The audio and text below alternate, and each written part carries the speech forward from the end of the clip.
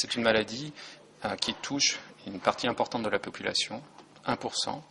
C'est la deuxième maladie neurologique après la migraine. Ça reste une maladie taboue qui a été très longtemps associée aux possessions, au diable, etc. C'est une maladie très grave parce que dans 30% des cas, elle est pharmacorésistante, c'est-à-dire qu'elle résiste à tout traitement pharmacologique. Et dans ce cas, la seule solution, le seul espoir pour les patients, lorsque cela est possible, c'est la neurochirurgie.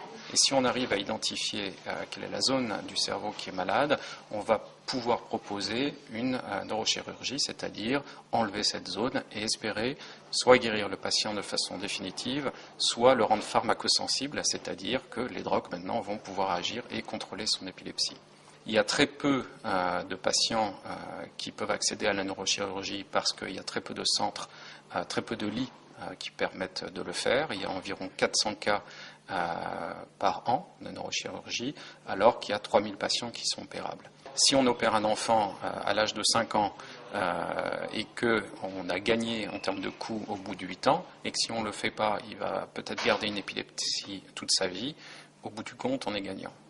Mais malheureusement, il n'y a pas de décisions politiques qui sont prises d'investissement dans le futur. Et investir dans le futur, c'est créer plus de centres de neurochirurgie et de centres de neurologie pour diagnostiquer et traiter ces patients. C'est rentable en 10 ans, la chirurgie.